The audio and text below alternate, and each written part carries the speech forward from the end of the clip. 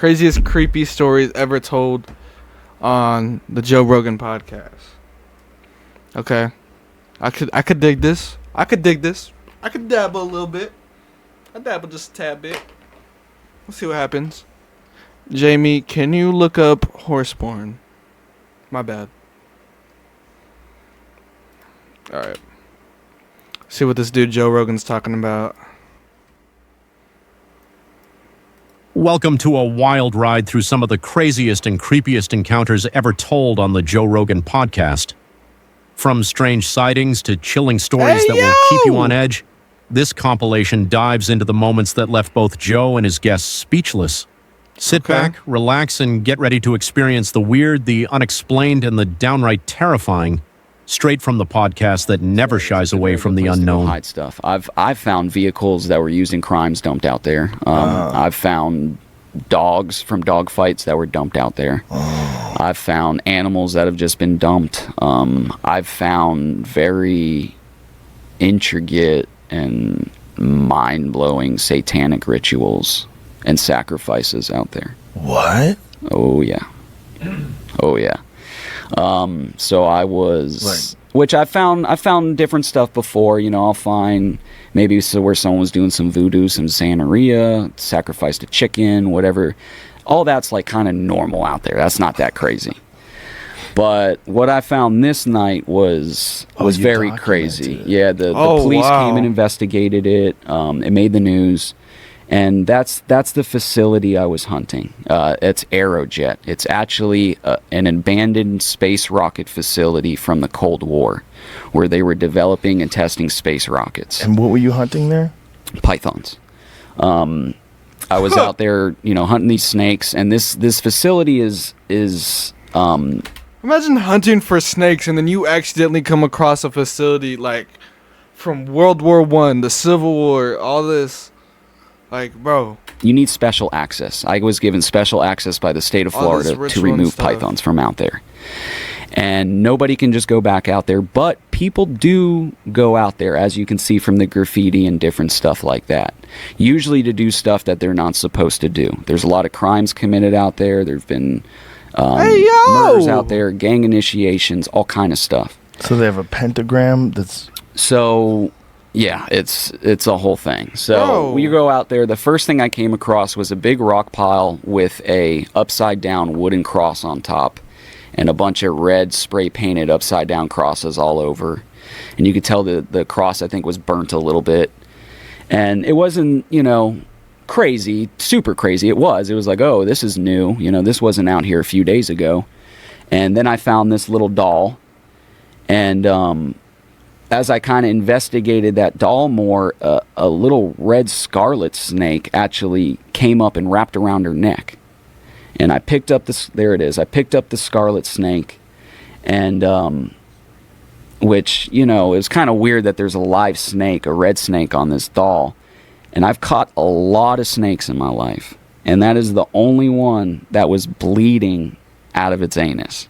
There was blood coming out of its beehole. Which, I don't know why, who knows what. Bro, it was a little weird to me. And then the night just kind of gets weirder from there.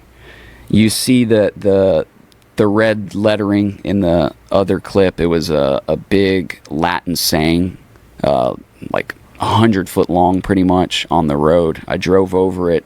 We later translated it to, turn around, run, hide, he is watching you.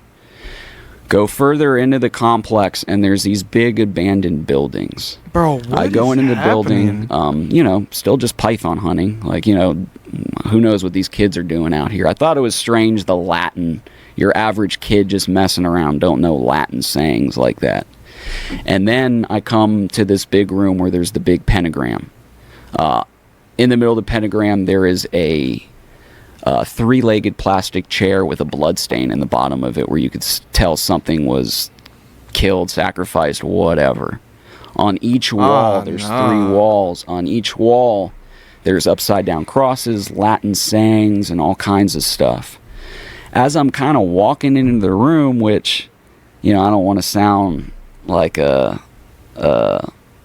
psycho or anything, but that doll from earlier, grab my leg. I don't know if I kicked it, I didn't see it, or what, but that doll from the rock pile somewhere else, I don't know if it was another doll or what, I never seen that other doll. I kick it, it seemed like it grabbed me. It's that same doll from earlier. Same thing with the cross on its forehead, the one eye cocked over, the other eye messed up. And so, you know, it's very, very weird to me. It kind of like scared me. So right next... It wasn't there and then it was there? I didn't notice it. I didn't notice it. You didn't carry it over there? No, I didn't touch it. So was anybody else with you? I had two guys with me that didn't even want to get out of the truck when they seen the first thing. They stayed in the truck. So the same they doll didn't that touch you anything. saw on the rock pile somehow made its way to where you were? Yep. I don't know if it's a duplicate doll or what, but it's same. Was there more than one of those dolls? Only doll I seen. Only doll I seen. I'm not big on the whole supernatural thing, so I'm real doubtful of it in the first place. But to me, it was the same doll from earlier. I did not see it until it hit my foot. This was definitely a lot more different than the last one. The last one was just comps of things people found, but this is like, man, we got some substance with this one, dude. This one's kind of got some stuff to it. Dang. And W stream, let me know. All right, we're 5 minutes in. This video's 25 minutes long.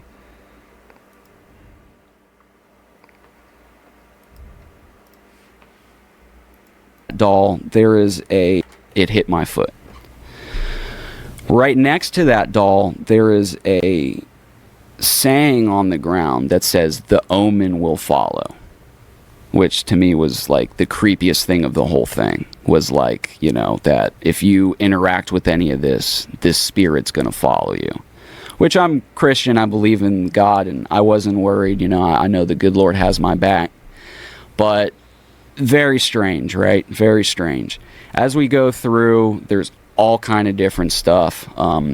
In one of the rooms, there's a sleeping bag with something inside of it.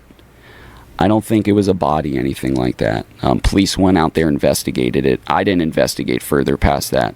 Something was inside the sleeping bag, and on the walls there was, looked like red spray paint. And it said, she was only 9. We gave her to the devil. Like, basically talking about sacrificing a child. And then you have this little girl's gown that's nailed to the wall with, like, a dark red stain on it. Oh, Jesus. Yeah. And what was the investigation? Did you follow up? All right, yeah, hold on. I'm going to have to...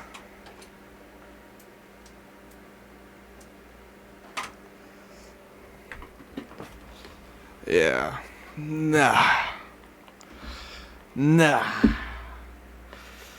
That's, nah. That's insane, bro. Kind of bro, like, who is this guy? He just hopped on Joe Rogan's podcast and just started talking about this stuff, just out of nowhere. Find out what they found out? I never heard anything from it. I'm assuming they never found much from it because I never heard anything from it. Did they know it was human blood that was in the chair? I don't know. Or I don't know. I would like to think it's red spray paint, but I don't know. I don't know. For the sake of the story, who knows what it was? Yeah. So, you know, we continue on with our hunt. We end up starting to get out of there. The guys are like, dude, we want to go. We don't like this shit. I'm like, all right, you know, let's pack it up. Let's go. So we start making our way out, and I see flashlights. I mean, there's one road in, one road out. There's a gate at the end of it. You can't drive a vehicle in. And I mean, we're miles out here. You have to drive miles to then walk miles, right? So I see this flashlight bouncing on the side of the road as I'm driving out. And I'm like, who the fuck is this? No, I've never seen anyone out here in my life, ever. Getting closer to him. I have my pistol in my truck. I put my pistol on my lap, you know, just in case. As I'm getting closer, about to kind of pass the guy's like, Mike. It's my name. I'm like, what the fuck? I'm definitely shooting this guy. Like, what the fuck, you know? And he's like, I love your Instagram. The Joe Rogan Experience, number 1,574 with Jacques Vallée and James Fox. A deep dive. Nah, that was crazy, bro. What? Dude, I'm never going into no abandoned spots, bro. After hearing something like that. Dive into I'm good UFO off phenomena, from Vallee's childhood sighting and skepticism of Roswell myths to modern cases, interdimensional theories, and government secrecy, paired with insights from filmmaker James Fox about his documentary The Phenomenon and the push for transparency and scientific inquiry. And I said to myself at the time, and remind you guys that I was making a film on UFOs, and I dismissed it so quickly because I thought there's no way that a mass landing with the sheer volume of eyewitness testimony at a school in broad daylight could happen and the whole world not know about it. So I just walked away from that story for about 10 years. 10 years later, I'm doing an event at the National Press Club with Leslie Kean, who was part of the article in the New York Times that came out in 2017. And she introduced me to this guy, Randall Nickerson. And she's like, Whoa, he's working on this. what? And she introduced me to this guy, Randall Nickerson. And she's like, he's working on this landing case in Africa. Long story short, he's working on a film now. I think it's coming out next year, specifically on just that case. Dan Farah is producing it. And he said, I'm working on the case, and if you want to do something with me on it, a small piece, I could. So I got back into it. I licensed some of the footage that Dr. John Mack, the Harvard psychiatrist that came and interviewed the school children on camera within a week of it happening. He unfortunately looked the wrong way in London, got run down by a car and died. So I contacted the Institute with the help of Randall Nickerson. I licensed the archival footage. We tracked down the witnesses today. We flew them in from all different corners of the world, brought them together. A lot of them were standing right next to each other. They came face to face, and one of the things I realized was that there were roughly 100 kids in the playground, broad daylight, aerial school, Rua, Zimbabwe, 1994, and they got within some of them within arm's length of these beings, and brought these witnesses together for the first time in 20 years, and a lot of them hadn't even told their significant others, just because they said they were tired of having to defend this. And I myself didn't believe it when I first heard about it back in 1997.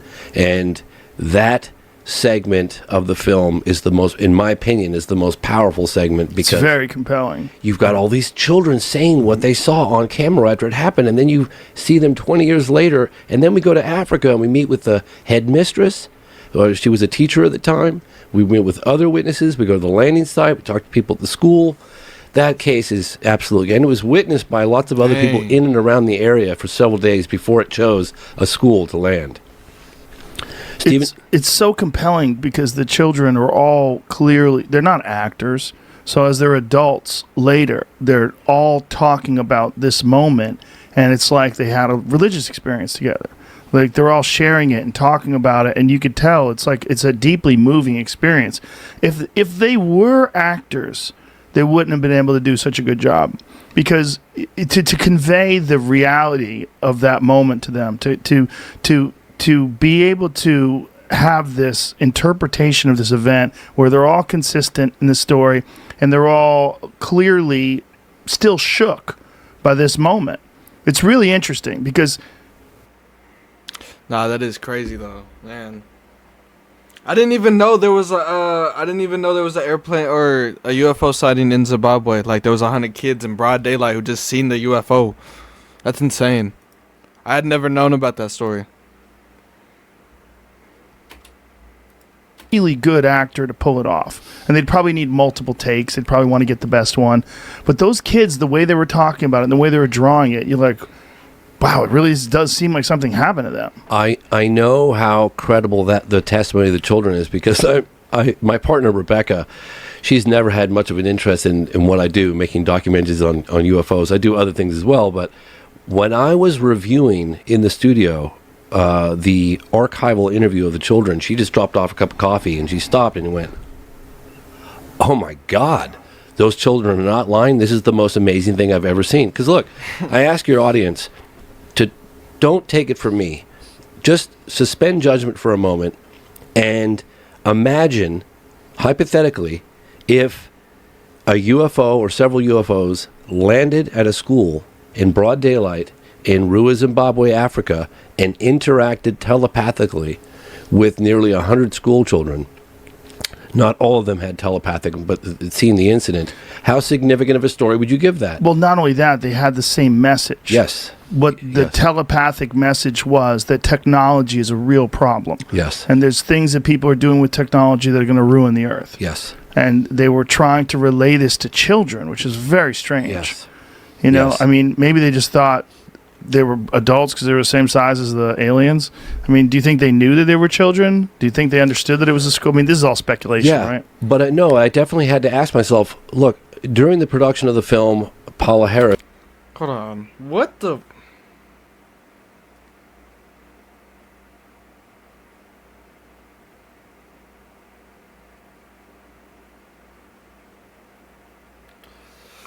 Bro, I'm not even going to speak on the message that I just got right now. actually turned me on to another landing case that happened in Australia in 1966 at a school. And this time there were roughly 300 witnesses that saw a disc land right outside a playground in Australia. And we went to Australia and investigated that case, went to the landing site, talked to eyewitness testimony, people that jumped the fence at the school playground and ran over to where this thing landed. And then we even interviewed a guy who snapped a photograph of a disc, a Polaroid, back in 1966, 2 days prior to the incident. So it's very probably that we have photographic evidence, we have eyewitness testimony, and for the first time we've got testimony from a science teacher. So why do these things land at schools? It seems like, and I'm just totally speculating here, but it seems like if I were going to do that, it seems like a pretty benign environment. And we have testimony from military guys that we take a fairly hostile position towards things that penetrate sensitive military installations. And, so maybe, I'm just saying maybe it's safe. Maybe it's safe. Maybe but it's safe. we have to stop reacting to intrusions by UFOs as a threat. I mean, that's the whole thing behind this new task force. And as much as I respect, the task force, my colleagues and I want to cooperate with them to the extent that we can bring information or resources to what they do. But there is more. This should not be looked at specifically as a threat. I mean, with the phenomena that we observe, I mean, if they wanted to blow up those F-18s, they could do it, okay? Obviously, that's not what it's all about. And this idea of just labeling it all as a threat because it's unknown, that's a wrong idea. 90% of the information comes from the public, comes from children, and very, very little of it is made up.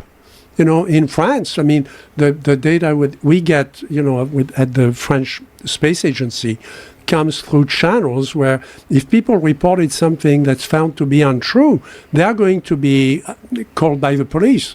Joe Rogan Experience number 2033. What's y'all's opinions on UFOs? Y'all think UFOs are a real thing? All right, this is Matt number Rife. 3. Story If you number have 3. Snap or Medicaid. Oh my gosh. Ads, my bad, y'all. I'm horrible today. Dang, but nah, y'all think UFOs are a real thing for real? I never really believed in UFOs or aliens.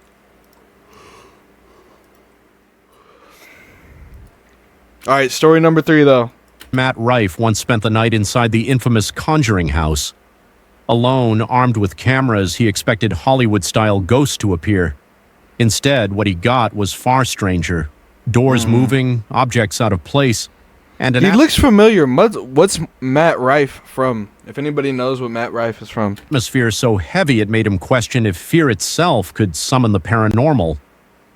Rife swears nothing was staged, leaving him and his audience wondering, was it just his mind playing tricks, or did the Conjuring House reveal a glimpse of the I've unknown? seen things move that there's just no fucking way that they've moved.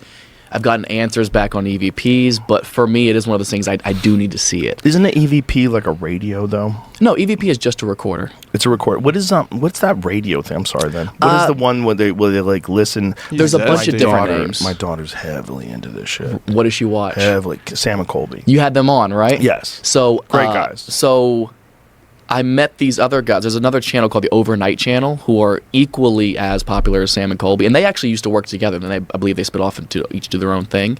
But that's who I started going with. So I'm very familiar with those guys. So these kids, the Sam and Colby guys just went into the Conjuring house. I was just there, maybe a month and a half ago. You went into the Conjuring house by too? myself, Joe. Okay. Do you believe that there's something going on in that house? The Conjuring movies are fucking great. It's my favorite franchise. They're fun. And there's so many of them. They really did it right. Like, if you want to be smart, they branched off with The Nun. They branched off with Annabelle. And I love the way they tie in the story from each one to make it all one chronological story. It's genius. Yeah. I will say I wasn't as scared as I've been in a lot of places we've been. There is some kind of solace to the house, but you get to know the history of it, and it does make sense that there would be something here. I mean, it's on some ley lines of water underground. There was wars fought there. There's apparently bodies buried on the property in the walls of the property structures and stuff. There's a lot of history that goes into it that just makes for kind of the perfect storm for some creepy shit. But I didn't witness anything that was that insane. Some items moved. Some cars rolled off of the children's dressers a couple of times on cue. And that's the one thing I do pride ourselves in these videos is so often we get absolutely nothing because we don't fake anything. So you only get to see the highlights. Like, there's so many times we'll go to a place that is so notoriously haunted and we'll be there for 10 hours and get absolutely nothing. And it sucks. But that makes when something does happen that much more valuable. It's so much more impressive. What do you think? So do you think a ghost is like the soul of a person that's left behind? Or do you think the ghost is almost like space and time because of a horrible incident?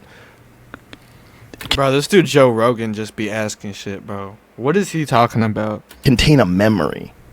And like that memory is almost like it like shows up in current time sometimes. There's a guy named Rupert Sheldrake. I forget what his field of study is, but he had this theory about things, and he believes that objects contain memories. Oh, interesting. And he's not the only one that has inanimate this. objects? Yeah, that things contain memories. And this is one of the reasons why, like, people kind of universally support this idea that if someone was murdered in a house, you must inform the people that are about to buy it. You have to tell them, hey, somebody got murdered in this house. Like, maybe you don't want to buy this house. Now, maybe you should think about it. Does the potential owner have to ask that information? It's a good question. I'd want to know. Yeah, I think it's a good question. I think they should have to inform you because there's something about someone being murdered in a spot that freaks us out. And this is my question. How you knew the conjured house was haunted, right? So you go there with this feeling and this expectation. That's what I always wonder about these things. Like how much of this isn't just imagining things. This is like the mind itself seems to have some unmeasured effect on the world. Yeah. I think the way you think has an unmeasured effect in terms of like this. There's energy that you put out. There's connections you make with people. They're very, very unmeasured. And you can manifest your own perception of things for sure. Yeah. So what my concern is like if you go into a place with a pre-existing knowledge of ghosts, like you think ghosts are here, you think ghosts are real, you have this thought in your mind that you maybe experience a ghost in this place that's haunted. You're at this elevated level of anticipation. You're probably really nervous and kind of freaked out, and your imagination starts firing up. And I'm not even saying that these people are lying or that they're seeing things that aren't there.